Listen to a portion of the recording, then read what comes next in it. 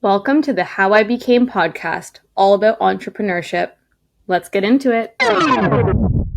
Whenever we're ready to go. Okay. All right, let's do it. Well, welcome to my podcast. Hi, Kelly. Very first episode. Thank you for being on with me. Such an honor to be your first guest. Oh, I'm so excited.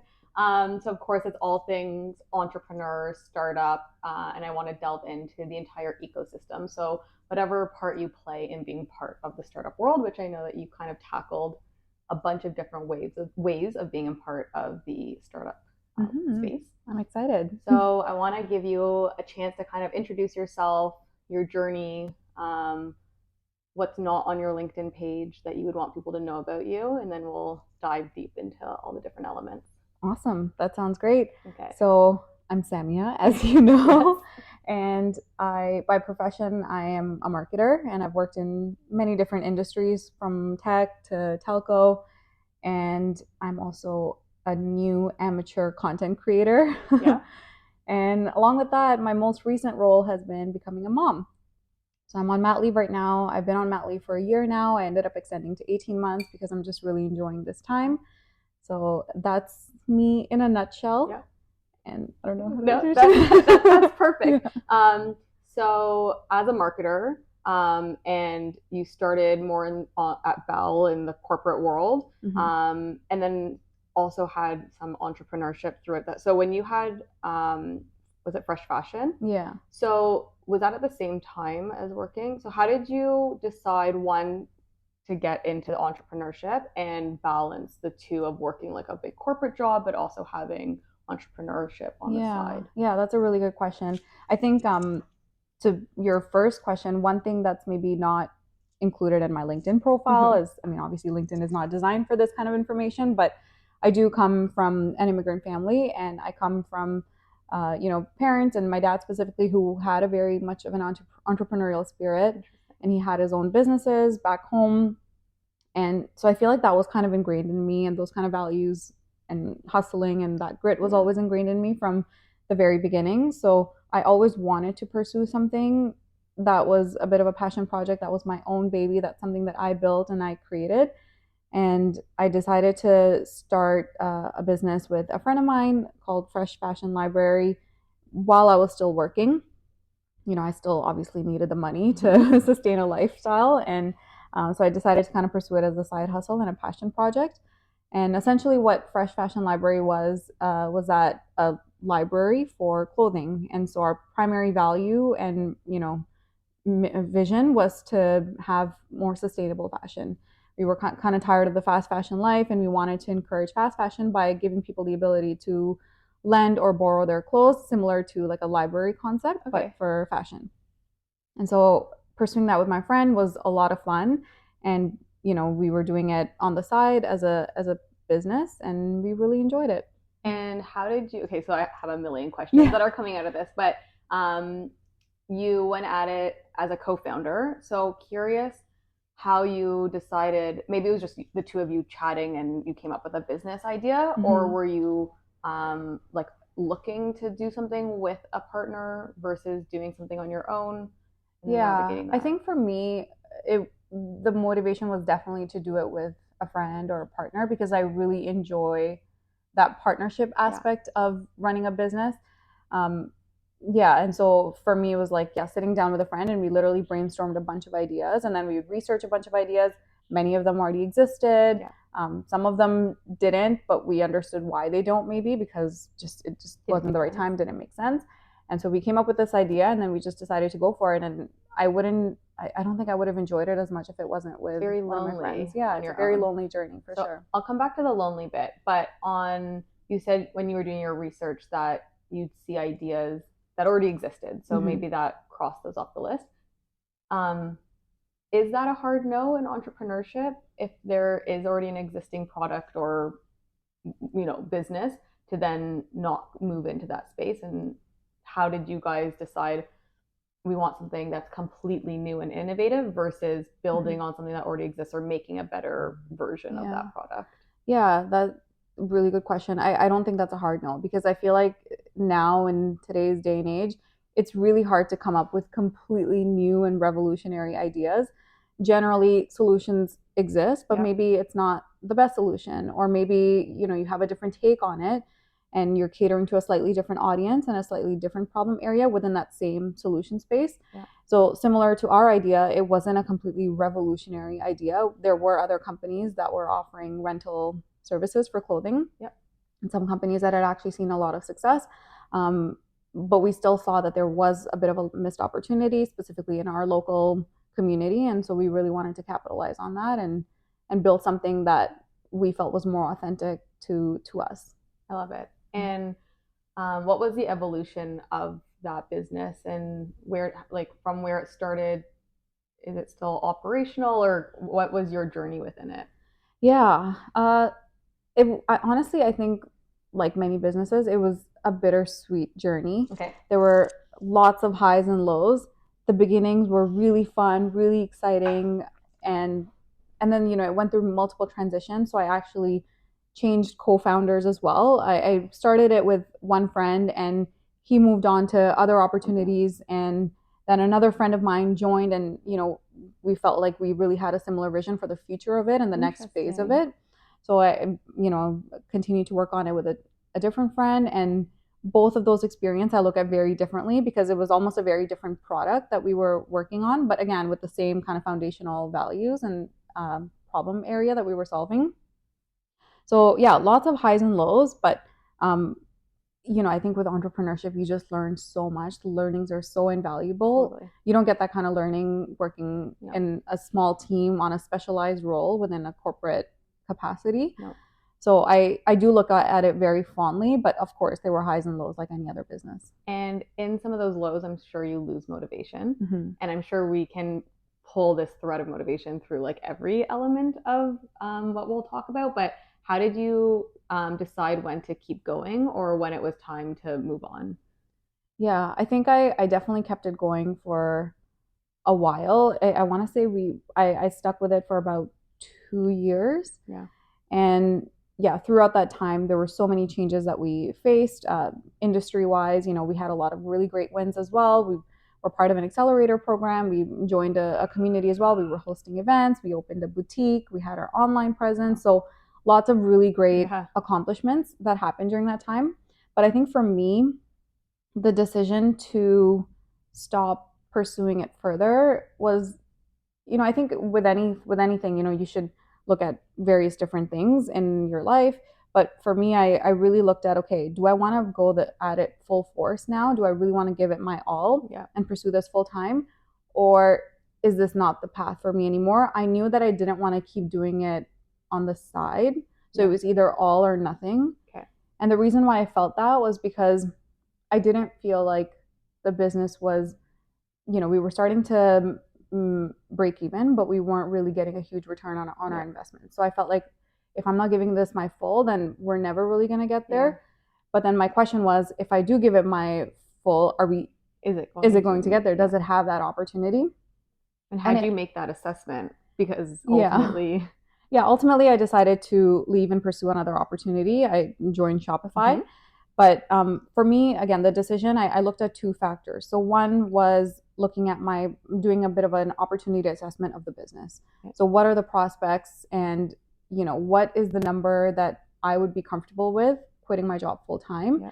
And that number is different for everybody, but, you know, what is that number for me? And do I see us hitting that number maybe in the next 6 months, 1 year? And I felt like there were a lot of kind of complications and logistics required in that business. And I wasn't sure if, you know, we had it in us, to be honest. And then there were personal factors as well. So, you know, you have to look at, okay, what do my personal finances look like? Do I have enough savings in my account, especially if you're bootstrapping it? Do I have enough savings in my account to give me the lead time I need to get to that opportunity?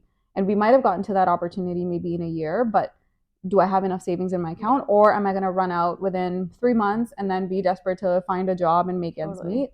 So doing a bit of a personal assessment, obviously factoring in life situations as well. Back then, you know, I didn't have a kid, I wasn't married, so I didn't really have that many dependencies, so that wasn't a huge factor. But, you know, in today's world, that would be a factor. Totally.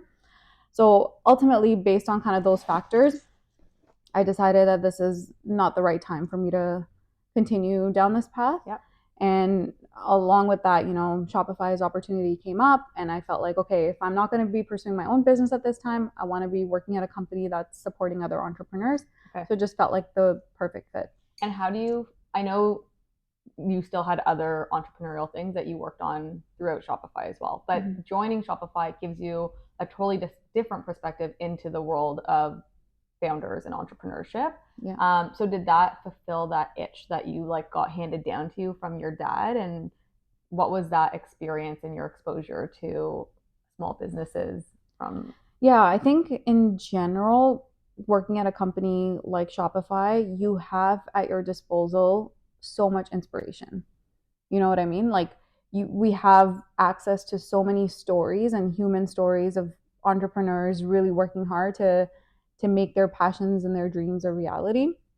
But that being said, we are, we find ourselves sometimes just getting really caught up in the day-to-day and our individual team, and we kind of work with our heads down, and we sometimes lose sight of that. Yeah. And I found that happened to me too. At one point that was starting to happen, where I was just focused on the meetings and the processes and the work. Yeah. And it really, I think, required me to take a step back and take some time to just disconnect and listen to some calls or talk to some merchants or even just read their stories, check out their website. Merchant obsessed again and reintroduce exactly them. Yeah. And I think that really helps to drive that fulfillment and inspiration and kind of, hit, to your point, touch that itch. That sounds really I don't like that phrase. I don't like that either. No.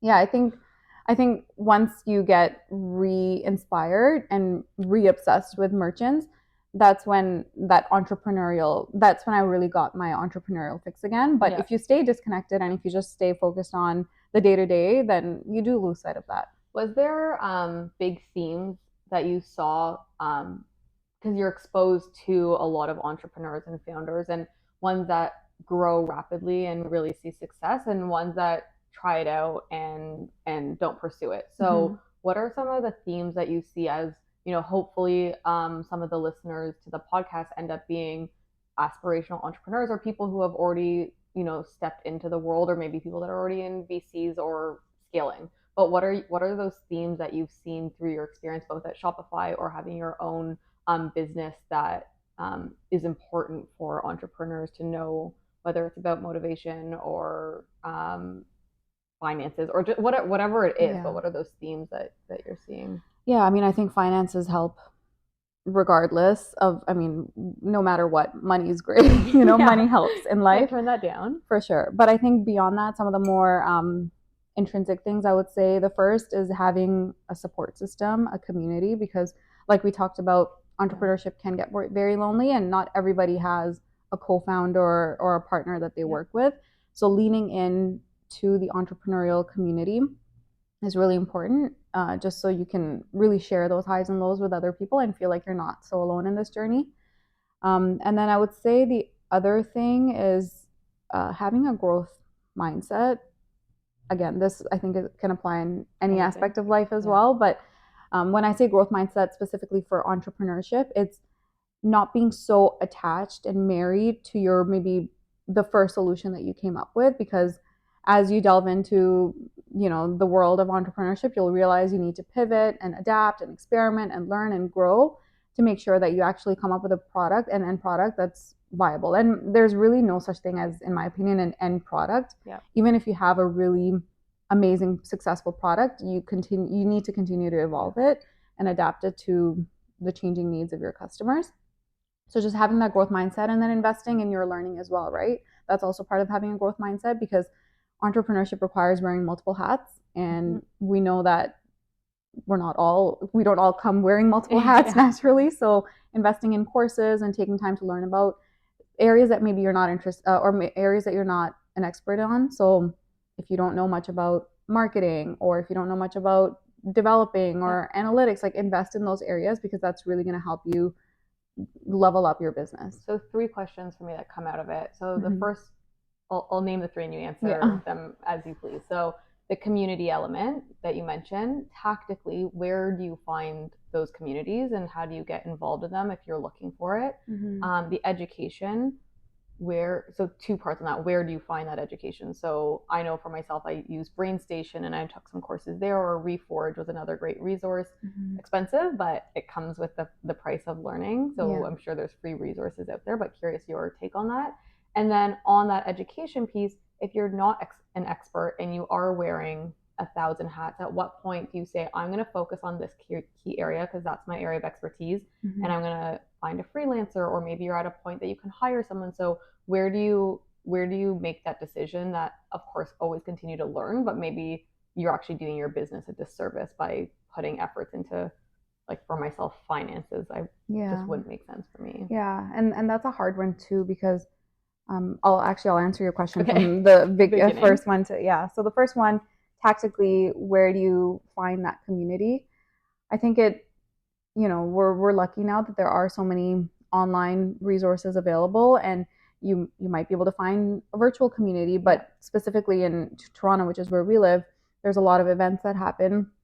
The one that I used to go to a lot back when I had Fresh was TechTO, where it was just a good time to hear other entrepreneur stories and also connect with other people, expand my network, and some of those relationships I've still maintained even up until now. So that's been really nice. So yeah, definitely events. Where else?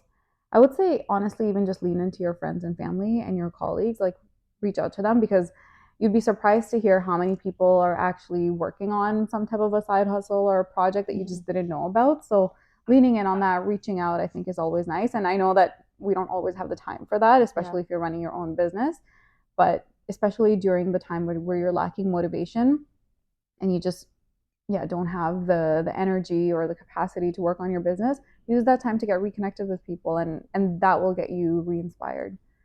So that's on the community side. And then education wise, similar to you, I think BrainStation is a great option. There's like Reforge, so there's a lot of like paid options like that. There's Udemy as well, which has a plethora of different types of specialties and courses, and I've used Udemy in the past as well. You can get certification, or there's non-certified courses as well. And then honestly, YouTube. There's so much free content on YouTube, and you can literally learn anything within 5 minutes by just putting on a YouTube video.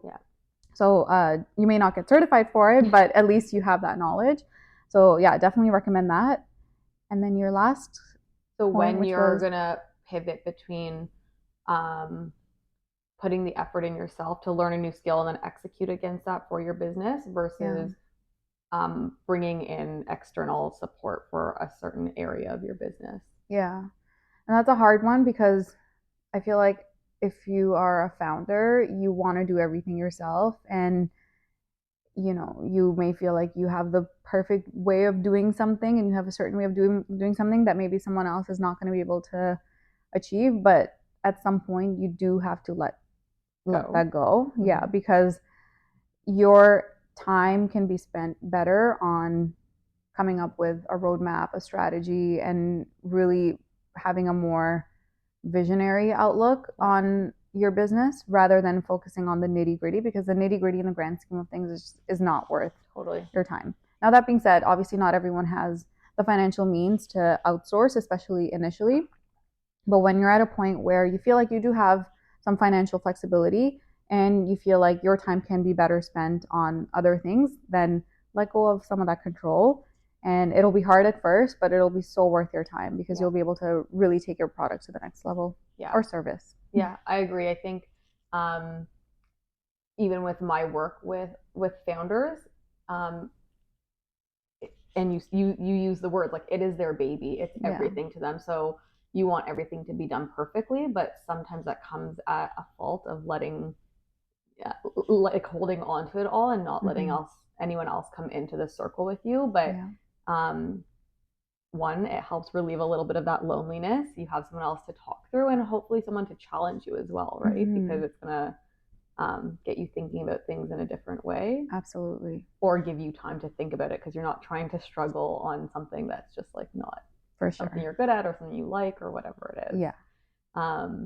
So I want to talk about a bit of your transition. So you had a few different ventures that you worked on, and now you've kind of taken that entrepreneurial spirit and you're doing content creation. Mhm. So what was your inspiration behind starting your podcast, and how did you decide to do that versus starting like a more traditional business, coming, while you're on mat leave, and I'm sure we'll Yeah. expand afterwards as well. Yeah. I would say I still have an itch for a more conventional business, but I don't want to jump into anything. I want to have the right idea Okay. come to me. So yeah, that's why that hasn't happened. Content creation is something I've always been curious about, and specifically hearing about people's career journeys and their life stories has always been something I've been nosy about. And you can only get so much from a LinkedIn profile, but I really like to get personal and hear about the different decision points that they made, the life choices that they made to get to where they are. So that was something that was always kind of in the back of my mind. And if you speak to some of my other friends, they'll tell you that, oh, you've talked about this idea like years ago. Interesting. Okay. And then being on mat leave, the first 6 months, I was just heads down, really embracing my new role and figuring out how am I a mom and how do I become a good mom. Entrepreneurship in itself. Exactly. Yeah. You're running your baby instead of your business. So really focused on that. And then after 6 months, I felt like, okay, I'm somewhat settled.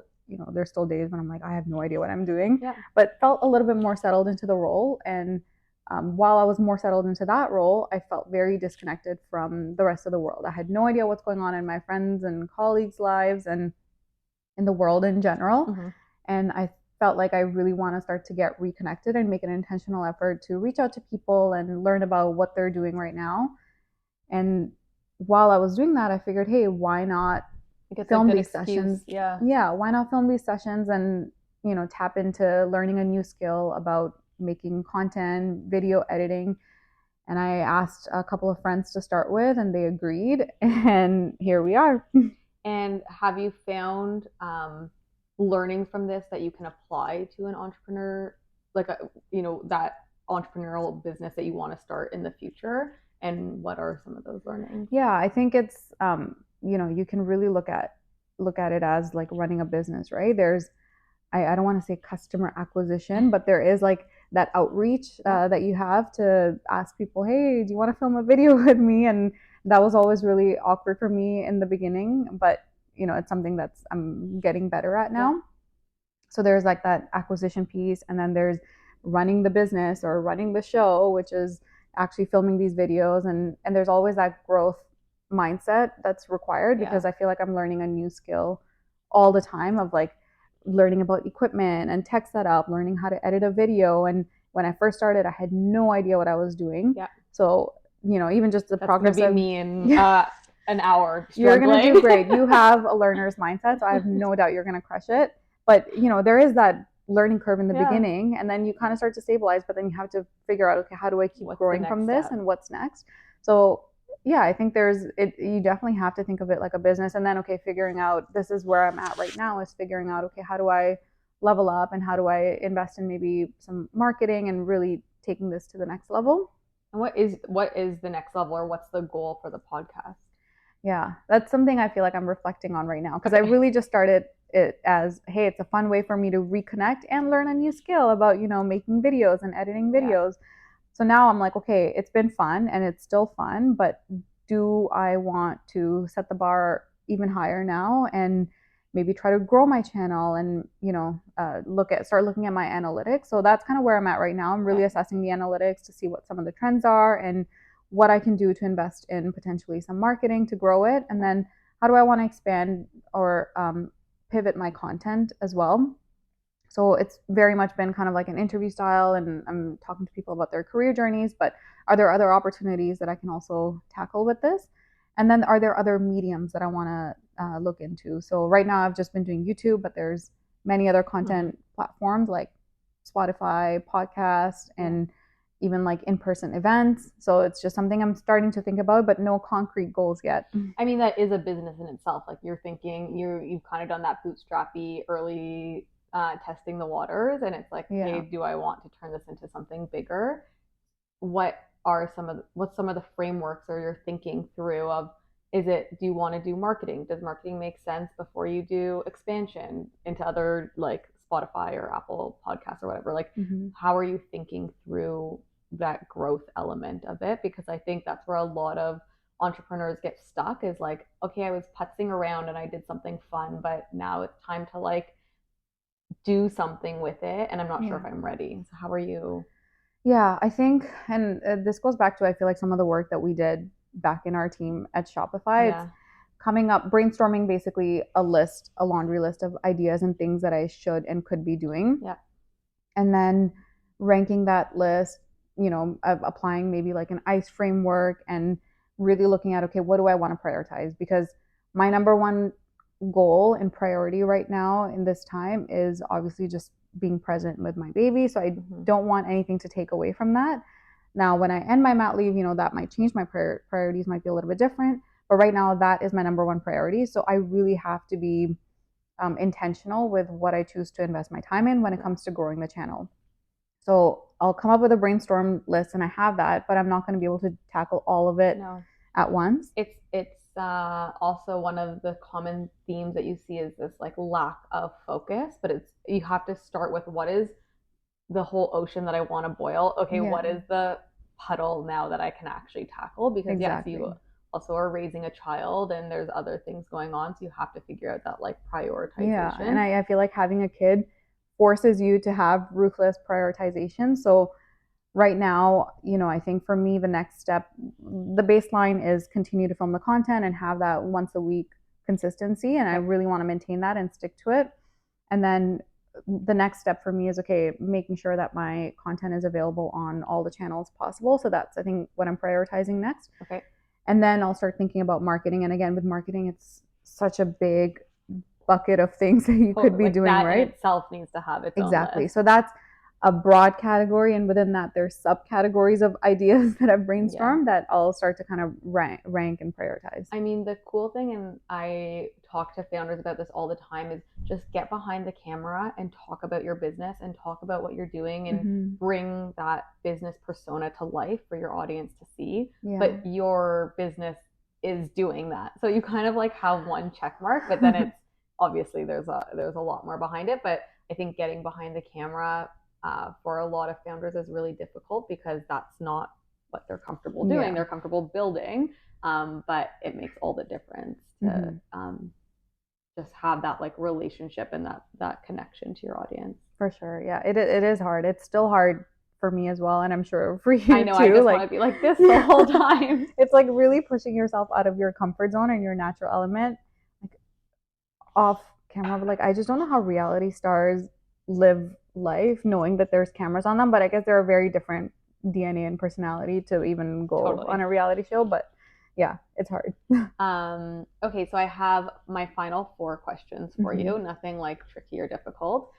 The first one is about being part of Shopify and being very embedded into the startup world. I'm sure you have your eyes on a few either startups who have successfully grown or that are just starting up, but who do you look to as startups that are inspirational or very cool? And it can be any industry.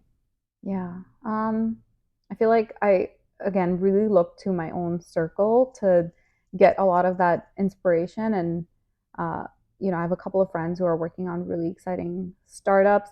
And I'll mention Stella. She's been working on Mave, which is a travel app, and it's really revolutionizing our experience when we travel. So I'm really excited about get her on this. You definitely do, yeah. And I'm just really excited to see the progress that she's made so far. Again, completely bootstrapping it on her own. Obviously, she's been able to like recruit some people who've been helping her as well. But yeah, I'm just really excited to see what she'll accomplish. That one is really cool because she talked about travel. She loved travel. She talked about it forever, and then saw from a passion, saw a gap in the market, and then created a solution for that, which I think is really cool. Yeah, and I think she really took the opportunity of something that's not always pleasant to go through, which is a layoff, and she used that time to invest in her dreams. So I think that's, again, a beautiful story as well. And again, it's one of those things that, on her LinkedIn, you might see Shopify and then Mave, but you don't see what led to that transition and how that came about. So it's been really inspiring to see that. That's a great one. Okay, question number 2. as an entrepreneur, we're told a million different things. What one for me that I like heard in those circles of communities that you're in is how little sleep everyone is getting. So it's a myth to me that if you're an entrepreneur, you have to have sleepless nights. I just don't think that's true. So curious to hear your thoughts on some myths that you've heard as an entrepreneur that aren't true, or that if you are an aspiring entrepreneur or even in the journey, you don't need to do this to be successful. That's a really good one. Yeah, I think the sleepless night is a really good one. The whole, I think, and I would just expand on that, is the whole piece about balance in your life. Now, there will be periods in your entrepreneurship journey where you will obviously be giving way more time to work than anything else in your life, and that's part of the process, but it doesn't have to be. And I think we're seeing more and more businesses now really embrace balance and really promote positive health and making sure that you're continuing to take time for yourself and your mental health, because again, when you do that, you do show up better for your business as well. Totally. So it's kind of a win-win for both you personally and for your business. So yeah, I would just expand on the point that you mentioned. Love it. And then the last one. So my podcast is How I Became. So it can be how you became anything. But we just kind of like went over, I mean, like this much of your journey, but talk through it. And if you were to name this podcast for yourself, How You Became, what title would you give yourself? That is a Where do you feel present? Wow. I mean, I feel like as humans, we play so many different roles, and there's so many different facets to us. So it's tough to pick one word. I would say in my very current state, currently sitting, drinking your coffee, wrapping this podcast up. Yeah, how I became, I would say, re-inspired or reignited, just, because like I mentioned, there was a period where I felt pretty disconnected from the rest of the world. Again, I felt like I was thriving in one aspect of my life, which is motherhood, and I was really enjoying that, but I didn't feel whole because I felt like other parts of my life were missing. So yeah, how I just became re-inspired. I love it. Yeah. That's perfect.